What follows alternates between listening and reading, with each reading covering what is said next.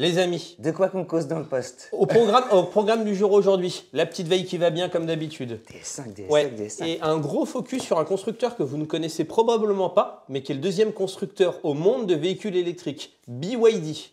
Nous, en France, on ne connaît pas, c'est un des plus gros constructeurs au monde. Ford Explorer, pas mal de nouveautés. Volkswagen, Plein de surprises. ouais, Volkswagen ID.2, des compacts sous les 25 000 euros. Elles vont débarquer chez tous les constructeurs. On vous fait un petit focus. Rumeur comme quoi Citroën aurait aussi sa petite compacte sous les 25 000 euros, bien sûr, en full électrique. Toutes ces infos à venir dans l'émission. Et passionnant, vraiment.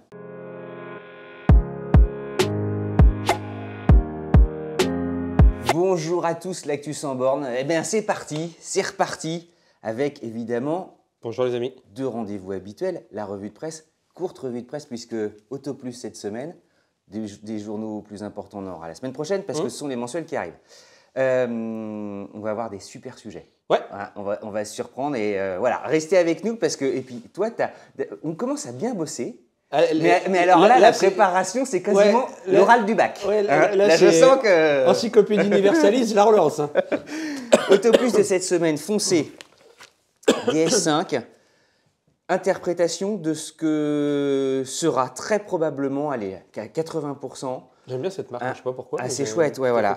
Un SUV 100% électrique, 700 km d'autonomie. Si c'est ça qui sort, c'est vachement sexy. En plus, ils ont écrit sexy, donc c'est peut-être Ouais, subliminal, ouais, mais non, c'est vachement… C'est beau, hein. La ouais. calandre et tout ça. Ça a de la gueule. La signature visuelle. Ouais. Les feux qui s'affinent, mais ça c'est chez toutes les marques. Mais là, alors je ne sais pas si ce sera la version définitive et si ça n'est pas que leur interprétation, mais le coloris, c'est assez rare d'avoir le capot d'une couleur. Oui, Biton. Et ça, les gars… Je pense que c'est leur interprétation, non? Faut aller… Ouais. Est-ce qu'ils ont des infos en interne ou pas? En tout cas, foncez. Et puis évidemment, il y a les tests habituels, notamment sur les berlines, la 408 face à ses rivales, c'est tout à fait intéressant. Voilà, hop, ça c'était pour Auto Plus.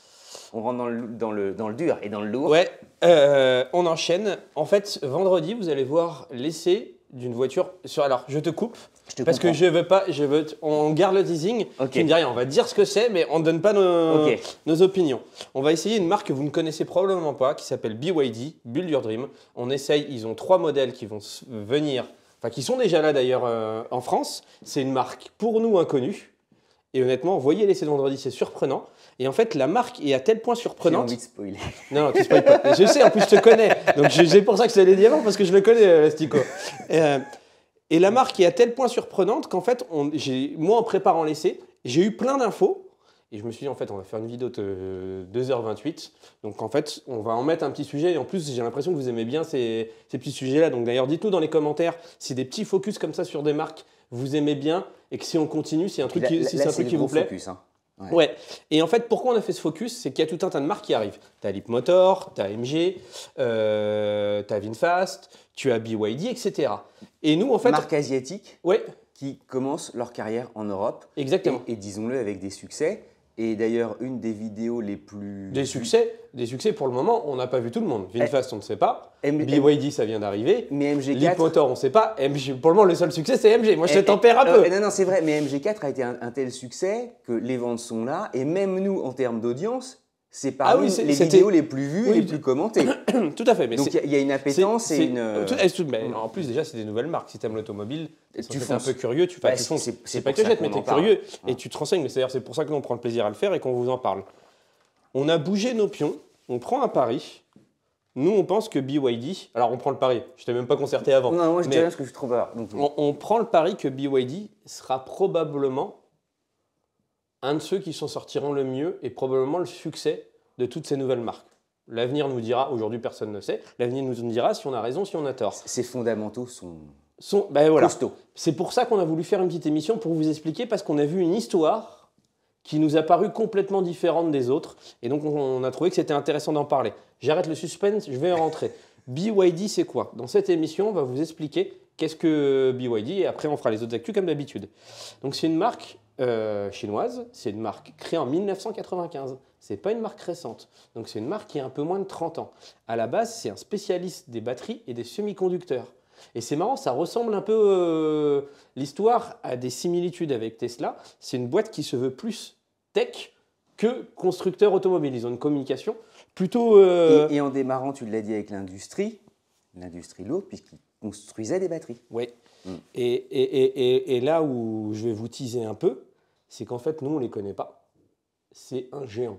C'est le deuxième constructeur au monde, j'ai bien dit au monde, de véhicules électriques. Ils sont passés sous les radars, en fait, en Occident. C'est incroyable. Exactement. Et en fait, ils viennent avec des ambitions et des moyens, sans commune mesure par rapport aux autres. Ils ont produit l'année dernière 911 000 véhicules électriques. Vendus, pardon. Pas produits, vendus 911 000. Ce qui font d'eux le deuxième constructeur. Pour que les gens aient un repère, Tesla en a fait 1,3 million. Donc tu vois, il y a quand même une différence, mais c'est assez proche. Et surtout, Tesla a augmenté de 40% l'année dernière, un peu plus de 40%. BYD a fait quasiment 200%. Donc en fait, ils ont un rythme de croissance où Tesla, n'importe quel constructeur qui faisait 40% par an serait ravi. Mais Tesla fait comme ça et eux, ils font comme ça. Donc en fait, si tu tires le trait, tu te dis que ça se trouve en 2023, ça sera peut-être eux le premier constructeur mondial de véhicules électriques. Il y a une compétition là. Les gars, ça commence à s'accélérer. Et en fait, pourquoi c'est intéressant? C'est qu'en fait, de base, c'est un constructeur de batterie. Et donc la batterie est un élément essentiel de la voiture, donc c'est un équipementier. Et en fait, ils disent, bah, nous, on possède toute la technologie, on est très en avance sur la technologie. En fait, on est capable de faire le véhicule nous-mêmes. Et comme ils ne sont pas nés d'hier, je ne sais pas si tu vas en parler, ils sont aussi reconnus pour construire des bus. Oui. Ils ont plusieurs usines. Ils avaient une usine en France à Beauvais, je crois. Et exactement, ils se sont aussi installés en 2014 en Hongrie. Ils sont aussi installés aux États-Unis, où ils ont une chaîne de montage aussi dédiée aux bus. Enfin bref, ils ne se sont pas réveillés hier, quoi. Ils ont fait, alors moi je ne vous ai pas donné que les chiffres des véhicules électriques, mais ils font aussi des véhicules hybrides. Donc en tout, ils ont vendu un peu moins de 2 millions de véhicules l'année dernière.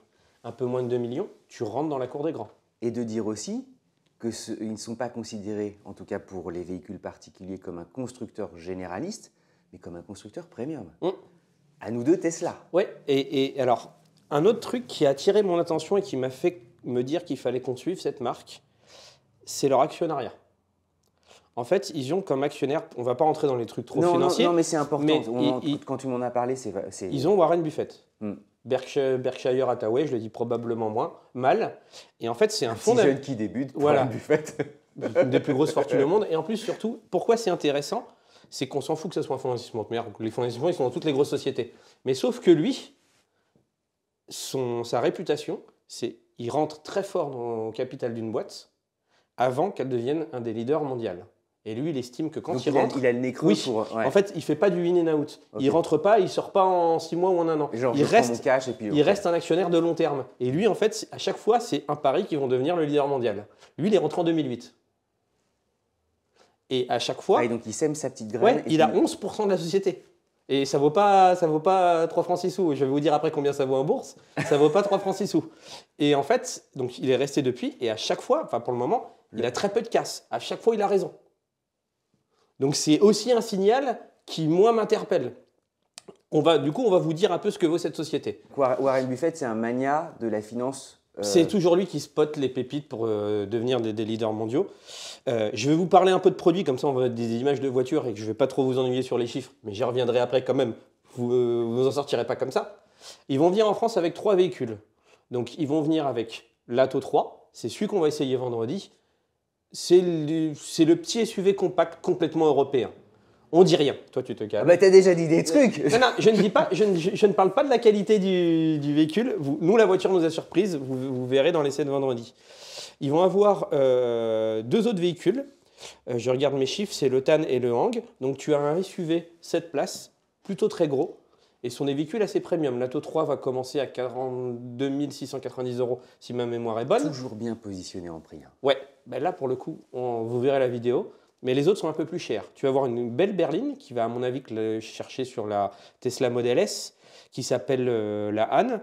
Pour vous donner quelques infos, c'est une voiture qui fera le 0 à 100 3 secondes 9. Je sais que certains n'aiment pas trop qu'on dise le 0 à 100, mais ça permet à un moment donné d'avoir un comparatif de perf.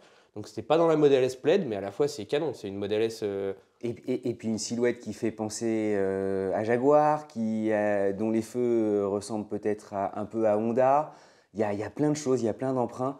Mais la mayonnaise, elle prend. Mais ils ont débauché tous les gros designers des constructeurs allemands. Ils ont pris beaucoup de... Ouais, de gens de chez Volkswagen et tout ça. En fait, ils Et sont chez allés... Mercedes, C'est un peu comme une équipe de foot en se disant on va aller prendre des bons joueurs et vous nous avez concocté quelque chose d'assez formidable. Et puis surtout, c'est pas nouveau. C'est à la fois, c'est pas non plus un nouveau riche qui arrive. Ça Non, fait 25 ans qu'ils sont, Oui, ils n'ont pas sont dans le prouvé game. leur légitimité. Et bon, c'est une voiture qui aura 521 km d'autonomie. Donc c'est très... En fait, tu regardes, c'est que des voitures très, très correctes. Comme c'est une berline, elle aura un CX très bon, je crois, de 0,23. Et la troisième voiture, et donc le prix pardon, de cette berline, ça sera, je crois, à partir de 70 800 euros. À nos yeux, concurrente de la Model S. Oui. Hein. Et la troisième, qui sera, à mon avis, si tu cherches un rival, sera le QE, le 4x4 QE. Mercedes, ouais. Là, elle sera aussi, c'est la Tang, elle sera aussi à partir de 70 800 euros. C'est un 4x4 5-7 places, très luxueux. Qui fera un 0 à 100 en 15 secondes 6, donc ce qui est top. Mais ne serait-ce que le modèle actuel, quand on le voit, il est abouti. Et puis l'intérieur. Alors, on ne les a pas essayés. Il faudra attendre de les essayer pour se faire une vraie opinion, mais pour être très honnête. Mais de l'extérieur, on est monté dedans, machin, etc. Moi, l'intérieur, on vous mettra des photos, c'est plus que waouh. Moi, la berline, je veux absolument l'essayer. Et elle fera 528 km d'autonomie. Donc, ils sont dans le game. Ouais. Je vous ai expliqué quelle était maintenant... Tu te dis, mais l'industrie chinoise et asiatique, ça bosse, les gars. Tu vois, le renouveau, il vient de l'Asie. Je sais que dans les commentaires, certains disent « Ah, constructeur chinois et ça s'entend. Hein. Mais tu regardes Hyundai Kia, c'est les constructeurs asiatiques. Au début, ils sont arrivés, c'était pas grand-chose. Aujourd'hui, ils prennent des risques, les lignes sont abouties, les voitures sont bonnes. On ne se souvient pas, mais voilà, dans les années 90, lorsque Hyundai et Kia arrivent en Europe, et en particulier en France, ils s'étaient fait assassiner par la presse spécialisée. Moi, je me souviens d'Autoplus et d'Essai, mais ils avaient vraiment pris cher, quoi. Alors, à l'époque, à juste titre, parce que ils avaient 10 ans de retard. Tu avais l'impression de conduire de mauvaises voitures européennes de la fin des années 70, alors qu'on était déjà en 95. Mais là, aujourd'hui, c'est spectaculaire. Alors, j'aurais pas dit... on ne veut pas dire, mais alors, c'est pas le cas de toutes les marques non plus. Hein. Parce que dans les marques qui arrivent, tu as à boire et à manger. Hein. C'est pas le cas de... Tu as des fulgurances, tu as aussi des déceptions. Tu as de tout. La vie. Voilà. Pour que vous vous rendez compte un peu de la taille de l'entreprise, on va prendre les capitalisations boursières, parce qu'en fait, c'est la valeur d'une entreprise. Donc, ça se permet de voir un peu qui c'est. Le plus gros, c'est 600 milliards, c'est Tesla.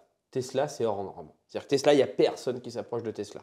Si tu prends Toyota, qui est le numéro 1 mondial, c'est 172 milliards. Ouais. Tu prends Renault. C'est comme dans LOL, tu sais, comme je parle trop. Ah non, mais là, tu peux parler là. Et moi, je ne voulais pas que tu utilises la Taux3.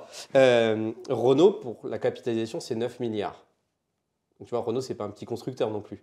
C'est que 9 milliards. BYD, c'est 80. BYD, c'est les graphes. Ouais. BYD, c'est 85 milliards. C'est quasiment 10 fois Renault. Alors, ils ne font pas que de l'automobile. Ils ont aussi une partie de... Mais leur grosse activité, c'est l'automobile. Ils font aussi des semi-conducteurs pour les téléphones, etc. Pour vous donner un comparatif, Volkswagen, qui est un des plus grands groupes européens, c'est 70 milliards. Donc aujourd'hui, BYD en capitalisation boursière, c'est supérieur à Volkswagen. Stellantis, 4e constructeur mondial, c'est 50 milliards. Enfin 49 pour être précis.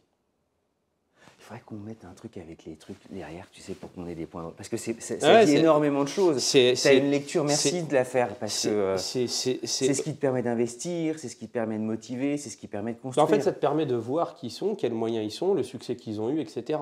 Et en plus, c'est un groupe qui avance pas lentement, mais je veux dire, il s'est construit, c'est réfléchi. Par exemple, là, ils vont probablement ouvrir une usine... alors, la rumeur dit qu'il y a une chance que ce soit en France. Ça sera en Europe, c'est sûr. Tu as des infos là-dessus ou pas pendant longtemps, ils ont discuté pour reprendre une usine Ford, je crois, en Allemagne. Si je ne dis pas de bêtises, vous me reprendrez dans les commentaires pour ceux qui savent. Et finalement, ils ne vont pas le faire. Donc, ils cherchent à recréer un truc de zéro. Et la France serait bien positionnée. À l'époque, Toyota, Valenciennes, c'est une des plus belles usines françaises. Et qui débite, qu'on va voir aussi. Vous le reverrez bientôt. Donc voilà, et pour vous donner un peu un nombre d'idées aussi, le nombre d'employés, vous avez 288 000 employés contre 128 000 pour Tesla. Ça vous permet de voir un peu le...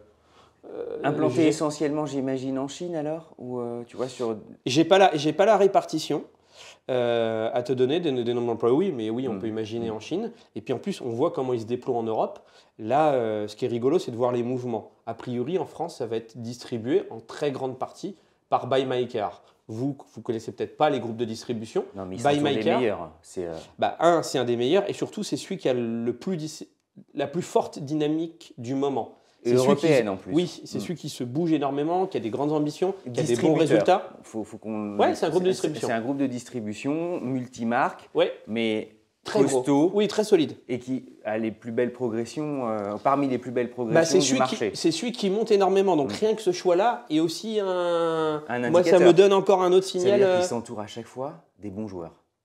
A priori, oui. Et par exemple, tu as des loueurs aussi qui commencent à leur commander des voitures. Tu as Six qui a commandé, je crois que ça va être que des Atto 3, ou une grande partie d'Atto 3, 100 000 véhicules. 100 000 véhicules, c'est pas zéro. C'est très gros, 100 000 véhicules. Ah, c'est pas mal. On avait dit on spoil pas.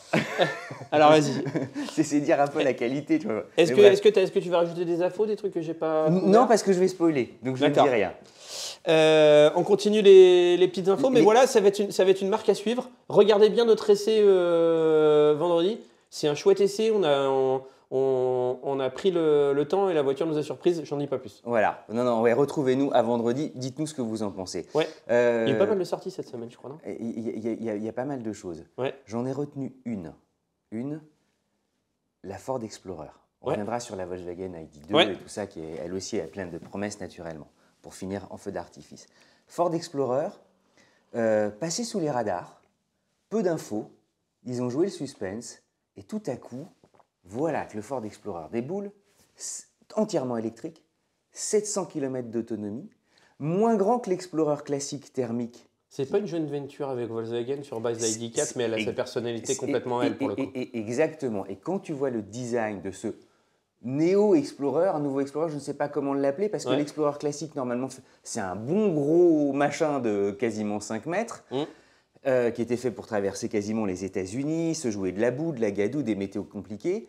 Là, il est plus petit, il est presque compact, il fait 4,43 m. Mais alors un sacré look, un design de fou, la calandre entièrement lisse. Allez voir ça, c'est magnifique. Et alors à l'intérieur, tu as un énorme écran qui se bascule. C'est assez de la main pour le mettre un peu plus plat ou le remonter. Il y a plein d'astuces. Je n'ai pas été regarder. Je suis passé à des rangements. Comme je me suis dit que tu allais le bosser, je ne l'ai pas pris. J'aurais dû regarder. Ouais. Des assistances à la conduite qui permettent en fait de quasiment, alors on n'ose pas le dire parce que ça n'est pas encore, selon les pays, la législation. De conduire sans les mains. Mais là, un coup de clignotant, lorsque tu as toutes les aides sur on, si tu mets ton clignotant, il tourne tout seul. Il tourne tout seul, il va sur la voie. Donc c'est assez formidable. Franchement, en tenant compte évidemment de son environnement, du trafic et tout ça. Donc absolument spectaculaire. Et surtout, on a son prix. 45 600 €. Sans les aides. Alors il y a un petit débat, certains disent mais c'est dingue qu'ils communiquent le prix aussi rapidement. C'est sans doute pour enfoncer le clou, montrer aussi au marché qu'il déboule avec de très grandes ambitions et s'inscrire immédiatement comme une alternative, j'ose à peine citer le nom, au modèle 3, qui sont aujourd'hui avec des prix à 39 000. Voilà. C'est dur à battre. Voilà. Et vous avez donc un SUV. Allez regarder tout ça. Ça a vraiment de l'allure. J'ai oublié de dire l'autonomie, autour de 500 km. Ok. Voilà, ce qui est dans le game. 470 litres de coffre, vachement bien. Ok. La semaine dernière, il y a eu pas mal de sorties en fait, il y a eu pas mal de reveals. Il y a eu le Volkswagen ID2 ou ID2 comme on dit aux États-Unis, qui est sorti. C'est rigolo parce qu'en fait tout le monde y va de je vais te faire une voiture électrique sous les 25 000 €. Ce qui est génial. Hein. Nous on va pas s'en plaindre parce qu'elles sont un peu, les voitures ont augmenté de folie. Mais tout le monde y va de ce même. Ouais, et ils sont pionniers parce qu'on s'attendait à ce que justement. C'est le premier à ouvrir le bal. Tesla se fasse sa petite justement modèle 2 ou je sais pas quoi. Et là boum ils arrivent. Donc bravo. Attention, c'est qu'un concept car. Mais a priori c'est une voiture qui devrait sortir en 2025. Donc 2025 c'est pas si loin. Le but c'est de faire une compacte électrique abordable. Donc, sous les prix de 25 000 €. C'est une voiture qui, mine de rien, ne sera pas si petite que ça, parce qu'elle fera 4,05 m, donc tu peux t'attendre à une habitabilité assez intéressante. Pour que les gens aient un marqueur, 4,05 m, c'est plus ou moins une Polo à 2 cm près. Voilà, et elle évoque par son style la première Golf Exactement. de 60. L'inspiration, c'est la Golf 1. Ouais. Ouais.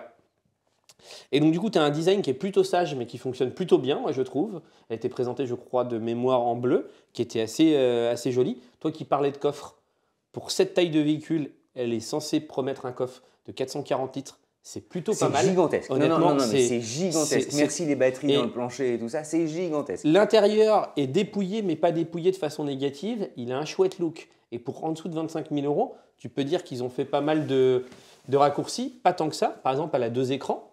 Donc, tu auras 2 grands écrans de 10 et 12 pouces. 10 pouces pour le conducteur, 12 pouces pour l'écran central. C'est un concept. Mais s'ils arrivent à tenir 25 000 € là-dessus, avec cette qualité et j'allais dire cette séduction premium, ouais. là, les mecs, et ils même vont enfoncer le marché. Et même le moteur n'est pas mauvais. Hein. Tu auras un moteur de 226 chevaux, tu auras 450 mètres d'autonomie. Honnêtement, c'est le retour un peu au bon sens. Tu pourras la recharger de 10 à 80% en 20 minutes. Honnêtement, sur le papier, c'est canonissime. Non, et puis, tu vois, j'avais lu tout ça, mais de le redire à voix haute, tout à coup, je me dis, mais c'est vachement bien. Et ce qui est bien, on a l'impression que Volkswagen a eu sa période de vache maigre et repart pleine balle. Parce que, par exemple, certains leur ont reproché qu'il n'y avait plus du tout de boutons physiques. Ben là, ils ont remis les boutons physiques dans cette ID2. Et ce qui va être rigolo à voir, parce que nous, en France, on va avoir ça et la R5 qui va arriver. Donc ça va être une bataille entre les deux. C'est super. Ouais. Ça va être intéressant à suivre. Quand on pense que certains disent que le marché automobile est devenu soporifique, c'est tout le contraire. Ouais. Les débats qu'on a dans nos journaux d'actu, quand est-ce qu'ils ont été aussi passionnés? Là, cette année ouais. Je pense que là, les 5 prochaines années, il va y avoir pas mal de choses. Et ils ont fait une autre annonce, dont je crois que ça a été assez peu parlé d'ailleurs, parce qu'il y a assez peu d'infos, rien à se mettre sous la dent. Mais ils vont faire même une ID1, ID1, ou je ne sais pas comment il faut le dire, ID1, on va dire. Donc une city car, quoi. Ouais, une city car, la même chose, sous les 20 000 €. Donc ça risque d'être une plus petite. Honnêtement, il y a assez peu d'infos. Ce qui est compliqué avec une inflation qui, normalement, est importante. C'est-à-dire que tu tiens des prix d'il y a 3 ans, qui étaient dans des points de repère, genre pas cher, et en même temps, tu te bats avec l'inflation. Ah non, bravo. Et je vais te glisser moi ça va être ma dernière actu, je vais te glisser une autre actu en même temps, parce qu'en fait c'est sur la même lignée. Tout le monde y va de son ID2, de sa R5, d'une voiture électrique sous les 25 000 €. Bah, Citroën aussi va faire la même chose. A priori, c'est la rumeur. Le designer que tu aimes bien, Pierre Leclerc, bah, il a parlé cette semaine dans la presse. Il y a assez peu d'infos. J'ai pas vu. Mais ils vont faire un truc. Pardon, Pierre. Ils vont faire quelque chose à un tarif très agressif. Donc très agressif, ça veut dire sous les 25 000 €. Sous les 25 000 €, ça va être un mix. Les seules infos qu'on a, ça va être très ressemblant à la Citroën Oli. Oh, génial. Un mélange entre Citroën Oli et Citroën Ami. Qu'est-ce que ça veut dire? Je ne sais pas, parce que tant que tu ne l'as pas vu. Mais c'est vrai que Citroën Oli, pour un concept car, elle envoyait. Elle envoyait, et puis en plus, ils l'ont bien mise en avant pendant longtemps. Donc même, il y en avait certains qui disaient, elle va sortir en fait. Et ça préparait vachement le terrain, ça préparait les esprits à quelque chose d'assez disruptif, j'aime pas ce mot-là, mais qui, plein de merveilleux, quoi. J'ai fini mes petites actus. Est-ce que tu as quelque chose d'autre à nous... J'aurais aimé vous réserver quelque chose de rigolo, mais ce sera pour la semaine prochaine. Ok. Voilà. Bon. On se dit... on a dit beaucoup de choses, en fait. Ouais. Là. Donc, réfléchissez. Prenez le temps, pas de mijoter le truc, parce que même moi, je suis sous le coup, en fait, de me dire, putain, mais... On s'abonne. La bise à mamie, la petite cloche bleue. Dites-nous si ces petits formats où on fait un petit focus sur une marque, parce que pour nous, c'est nouveau. On teste des choses. Et donc, dites-nous si ça vous a plu. N'hésitez pas à nous dire en commentaire. Et vendredi, allez regarder l'essai de l'Atto 3, ça va vous surprendre. Je ne dis rien. Voilà. J'ai réussi à le meubler, je suis content. Allez, à très vite.